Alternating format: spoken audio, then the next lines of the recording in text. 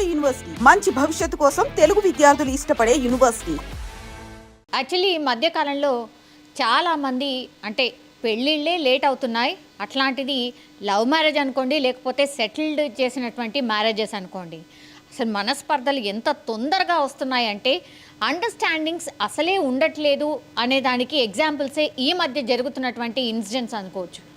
ఎప్పుడైనా సరే మ్యారేజ్ లైఫ్లో అడ్జస్ట్ కావడానికే మనకు ఒక సంవత్సరం అయితే డెఫినెట్లీ పడుతుంది.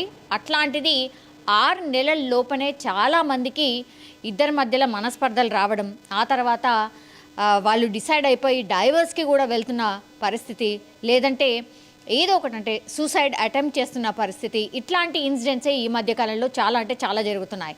ఈవెన్ సైకాలజిస్టులు కూడా అదే చెప్తున్నారు. ఈ జనరేషన్లో పిల్లలు ఎవ్వరు కూడా మ్యారేజ్ లైఫ్కి అడ్జస్ట్ కావట్లేదు, ఎందుకంటే ఇండిపెండెన్సీ చాలా ఎక్కువైపోయింది అనేటువంటి మాట చెప్తున్నారు.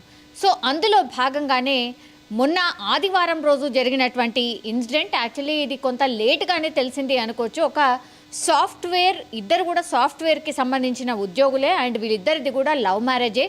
వాళ్ళిద్దరూ ఒక అండర్స్టాండింగ్తోనే ఇద్దరు పేరెంట్స్ని ఒప్పించి పెళ్లి చేసుకున్నారు. వీళ్ళిద్దరు కూడా సాఫ్ట్వేర్ ఎంప్లాయీస్. వీళ్ళు గచ్చిబౌలిలో ఉంటున్నారు. ఎగ్జాక్ట్లీ ఎక్కడ అంటే రాయదుర్గం ప్రశాంతి హిల్స్లోని హనుమాన్ శ్రీధర రెసిడెన్స్లో వీళ్ళిద్దరు కూడా ఉంటున్నారు. ఇతని పేరు వచ్చేసి శరత్ చంద్ర అండ్ ఇంకో అమ్మాయి పేరు వచ్చేసి దేవిక వికారాబాద్ జిల్లా మరిపల్లి మండలం తొర్రు మామిడికి చెందినటువంటి కమలపాలెం దేవిక. ఈమె కేవలం 25 సంవత్సరాలు ఈమె ఏజ్. అండ్ వీళ్ళిద్దరు కూడా మొన్న ఆగస్ట్ అంటే గత ఏడాది ఆగస్టు 23న ప్రేమ వివాహం చేసుకున్నారు. అది కూడా 2 ఏళ్ళు ప్రేమించుకున్న తర్వాత వివాహం చేసుకున్నారు. ఇదేం సెటిల్ మ్యారేజ్ అయితే కాదు. అండ్ దేవిక ఓన్లీ డాటర్ అనమాట. దేవికకు ఫాదర్ కూడా లేడు.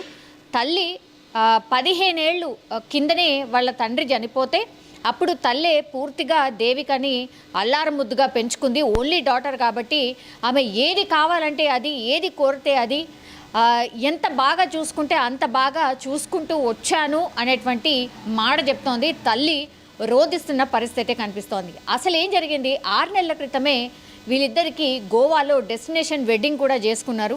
అంగరంగ వైభవంగా చేసుకున్నారు. చాలా బాగా మ్యారేజ్ అయింది. ఆ తర్వాత మ్యారీడ్ లైఫ్ కూడా బాగుంటుంది అనుకున్నారు. ఎందుకంటే 2 ఏళ్ల క్రితం నుంచి వీళ్ళు ప్రేమించుకున్నారు కాబట్టి బాగానే ఉంటారు వీళ్ళిద్దరూ అని అనుకున్నారు. కానీ ఏం జరిగిందో ఏంటో తెలియదు. వాళ్ళు మ్యారేజ్ చేసుకుని 6 నెలలు అయింది.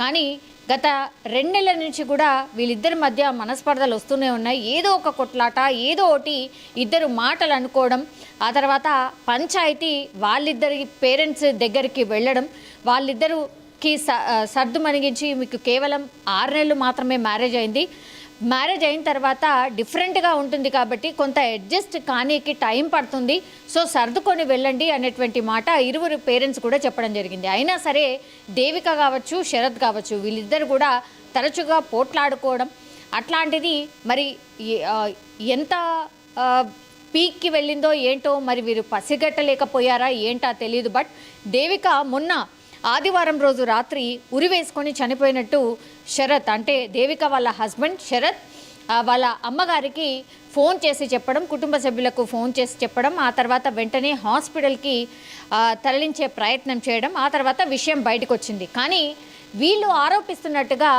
దేవికకి సంబంధించిన శరీరం మీద కొరికినట్టుగా గాయాలున్నట్టుగా దేవిక వాళ్ళ అమ్మనైతే కంప్లైంట్ చేస్తోంది. ఆమె రోధిస్తున్న పరిస్థితి మాత్రం హృదయ విదారకంగా ఉంది. ఎందుకంటే ఓన్లీ డాటర్, ఫాదర్ కూడా లేడు, చాలా అల్లారు ముద్దుగా పెంచుకున్నాం. అట్లాగే దేవిక ఏది కోరితే అది ఇచ్చాను, ఈవెన్ హస్బెండ్ని తనే సెలెక్ట్ చేసుకున్నా సరే తన ఇష్టం కదా అన్నటువంటిది నేనే ఒప్పుకొని వాళ్ళిద్దరికి కూడా మ్యారేజ్ చేశాం. అతను కోరినట్టుగా కూడా వరకట్నం ఎంత కావాలంటే అంత కూడా ఇచ్చాం. అయినా సరే నా బిడ్డ పరిస్థితి ఇలా అయింది, నా బిడ్డను చంపేశాడు అన్నటువంటి ఆరోపణ చేస్తోంది. నాకున్నది ఒకే ఒక్క కూతురు, ఇప్పుడు నేను ఎవరి కోసం బతకాలి, ఇంకా నా బతుకు వేస్ట్ అన్నటువంటి మాట చెప్తూ రోధిస్తున్న పరిస్థితి. అట్లాగే ఈ దేవికకు సంబంధించిన ఫ్రెండ్స్ ఎవరైతే ఉంటారో వాళ్ళు కూడా ఒకటే చెప్తున్నారు, ఆమె ఏమి పిరికి పంద ఏమి కాదు, అట్లాగే వీళ్ళిద్దరు కూడా కొత్త వ్యక్తులు ఏం కాదు, ఇది సెటిల్ మ్యారేజ్ కూడా కాదు, సో వాళ్ళిద్దరూ రిలేషన్లో ఉన్నప్పుడు కూడా కొంత అప్పుడప్పుడు మనస్పర్ధలు రావడం అది చాలా కామనే. ఆ తర్వాత వాళ్ళిద్దరూ కొద్ది కాలం తర్వాత అన్ని సర్దు మనిగి అగైన్ వాళ్ళ లవ్ కంటిన్యూ అయింది. అట్లా లవ్ కంటిన్యూ అయింది కాబట్టే వాళ్ళు మ్యారేజ్ చేసుకుందామని డిసైడ్ అయ్యే మ్యారేజ్ చేసుకున్నారు. మరి ఇంత సీరియస్గా మరి ఏమైందో ఏంటో తెలీదు వీళ్ళిద్దరి మధ్యలో. ఈమె ప్రాణాలు తీసుకునే అంత సిచ్యువేషన్ వస్తుందని కూడా మేమైతే ఎక్స్పెక్ట్ చేయట్లేదు. ఆమె అంత పిరికిగా ఆలోచించదు. ఇట్లా సూసైడ్ చేసుకుంటాను ఆర్ చేసుకోబుద్ధి అవుతుందో ఇట్లాంటి మాటలు కూడా ఎప్పుడు మాట్లాడలేదు.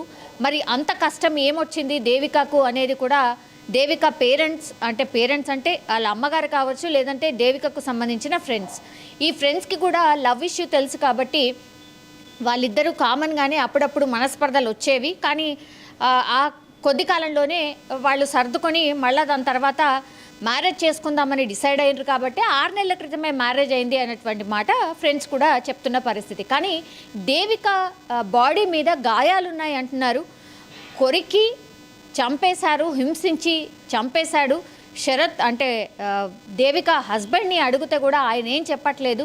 లేదు మీ కూతురు ఆత్మహత్య చేసుకుంది, ఫ్యాన్కి ఉరేసుకునే చనిపోయింది అనేటువంటి మాట చెప్తున్నాడు. కానీ అది అబద్ధం, వాడే కొట్టి చంపేశాడు అని దేవిక తల్లి ఆరోపిస్తూ రోధిస్తున్న పరిస్థితి అయితే కనిపిస్తోంది. ఇప్పుడు పూర్తిగా దేవిక డెడ్ బాడీని అయితే ఉస్మానియా హాస్పిటల్కి తరలించి పోస్ట్ మార్టం నిమిత్తం అయితే అందరూ వెయిట్ చేస్తున్నారు. ఆ పోస్ట్ మార్టం రిపోర్ట్లో ఏం తేలుతుంది, నిజంగానే దేవిక తల్లి ఆర్ ఫ్రెండ్స్ ఆరోపిస్తున్నట్టుగా మరి వరకట్న వేధింపులా లేకపోతే ఇంకో కారణమా ఏంటో తెలుస్తుంది. మరి వీళ్ళిద్దరి మధ్యలో గత కొంతకాలంగా మనస్పర్ధలు కూడా ఉన్నాయంటున్నారు. కాబట్టి ఏ రీజన్లో వీళ్ళిద్దరు గొడవ పడేవాళ్ళు, అట్లాగే వీళ్ళ ఫోన్స్లో ఎవరితోనైనా సంభాషణలు ఉన్నాయా ఆర్ వాళ్ళిద్దరు మధ్య జరిగినటువంటి సంభాషణ ఏంటి అనేది కూడా వాళ్ళు ఆఫీస్లో పనిచేస్తున్నటువంటి ఆఫీస్ ఫ్రెండ్స్ కావచ్చు, కొలీగ్స్ కావచ్చు, అండ్ దేవిక ఫ్రెండ్స్ అట్లాగే శరత్ ఫ్రెండ్స్కి సంబంధించిన వాళ్ళ దగ్గర నుంచి కూడా ఇన్ఫర్మేషన్ అయితే తీసుకుంటున్నారు. కానీ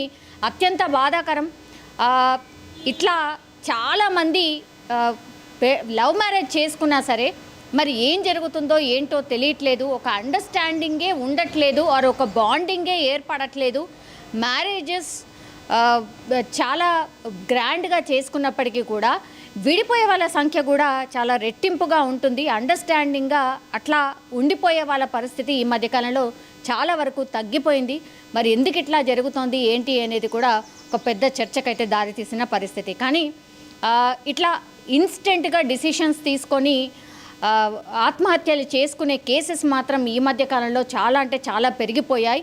ఇదంటే మ్యారేజ్ ఇష్యూ దాంట్లో జరిగినటువంటిది. కానీ చిన్న పిల్లలు కూడా ఎవరైతే మైనర్ పిల్లలు ఉంటారో వాళ్ళు కూడా అసలు ఏమీ లేదు, పరిష్కారం ఒకటే ఆత్మహత్య అన్న దిశగానే ఆలోచిస్తున్నారు. అలా మైండ్ సెట్ అయిపోయిన పరిస్థితి అయితే ఉంది.